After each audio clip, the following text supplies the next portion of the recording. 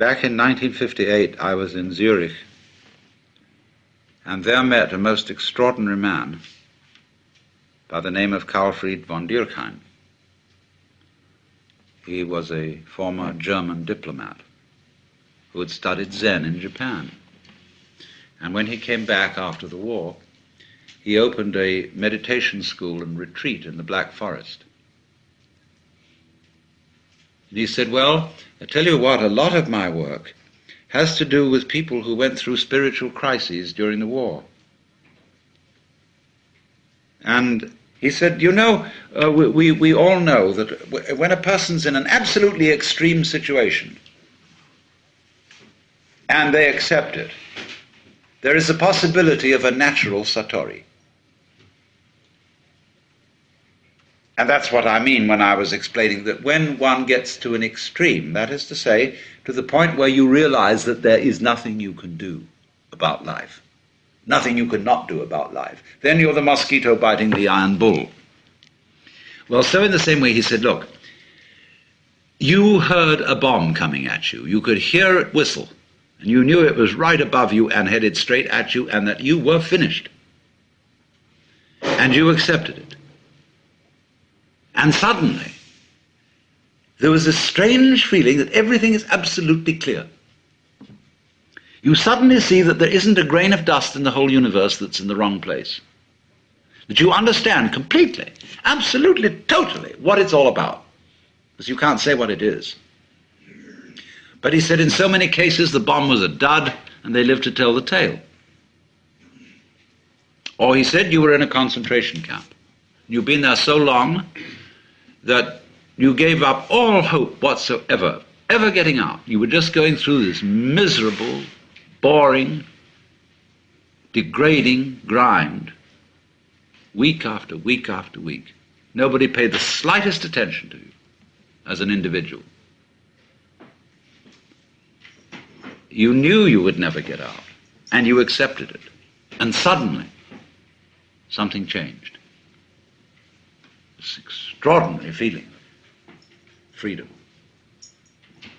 Or he said, you were a displaced refugee. You had lost your family. You didn't know whether they even existed. You were miles from your home. You didn't know whether it existed. You had lost your job, your very identity. You were absolutely nowhere. And you accepted it. And suddenly, you were as light as a feather and free as the air. Now he said, so many people have had those experiences and they talk about them to their families and friends and they say, oh, well, you were under terrific pressure and you probably had some hallucination, you know? Well, he said, I am showing those people that so far from having a hallucination, those were the few occasions in which they woke up. So you see, this is always the opportunity presented by death. That if one can go into death with eyes open and have somebody help you, if necessary, to give up before you die, this extraordinary thing can happen to you. So that from your standpoint, in that position, at that time, you would say, I wouldn't have missed that opportunity for the world. Now I understand why we die. The reason we die is to give us the opportunity to understand what life's all about. By letting go. Because then we come to a situation that the ego can't deal with. When we are no longer hypnotized by that, then our natural consciousness can see clearly what all this universe is for. So, therefore, we have missed this golden opportunity by institutionalizing death out of the way, instead of having a socially understood acceptance of death and rejoicing in death. Now, I could imagine that one person would want to rejoice in death in an entirely different way from another. Like, say, a wedding is a rite of passage. There are certainly some forms of celebrating a wedding which I would find a total bore and quite offensive. Other ways would be very good. I would enjoy it. So everybody, in other words, I'm not saying that you've got to get mixed up with a lot of people coming, laughing around you and giving you presents and cards and everything because you're going to die. But I'm only indicating a general thing, that the doctor, the ministers, the psychiatrists, and above all us, really owe it to our friends to work out an entirely new approach to death. Because what has happened, you see, from earliest childhood, the child learned that great uncle was dying and saw the family put on long faces and say, oh, that's too bad. Even Christians who think they're going to go to heaven, you know, they get absolutely morbid, more so than anybody else, about death, because heaven, as they all know, is a very boring place. And so this frightful thing, oh, he's dead, you know. Now one understands that for the living, to lose someone you love, or even for a dying person to worry about what on earth my wife, my children, my whatever are going to do without me.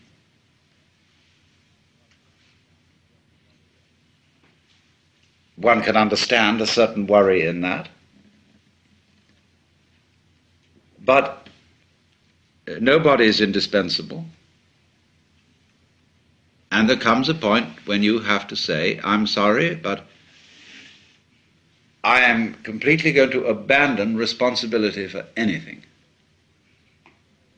Because there is no further way I can do it. This is another way of that surrender.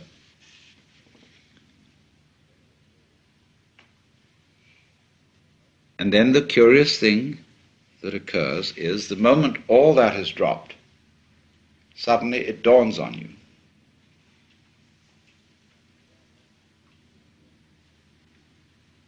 that to be important, existence does not have to go on any longer than a moment.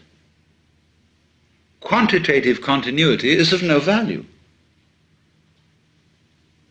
How long can you hold your breath? Who cares?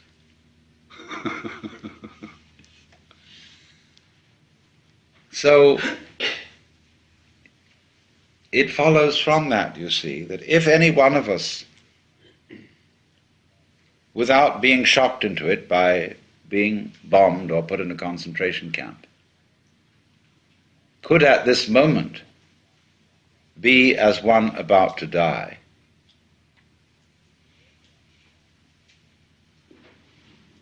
genuinely and honestly,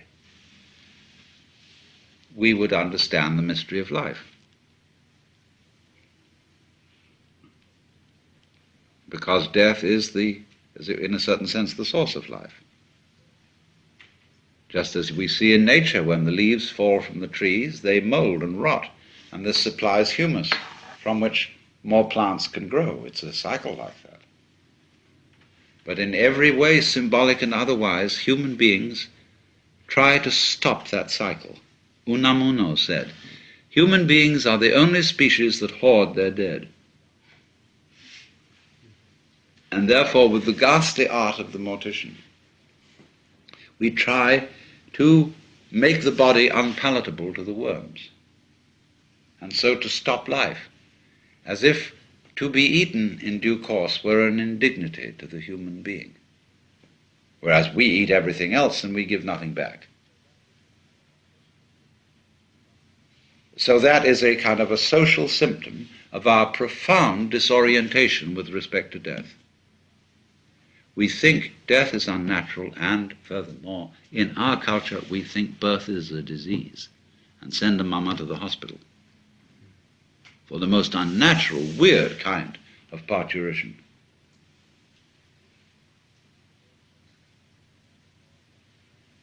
In other words, more and more one regards the healthy and inevitable and natural transformations of the body as pathological. I can imagine, people having sexual intercourse on an operating table to be sure that the whole thing is hygienic.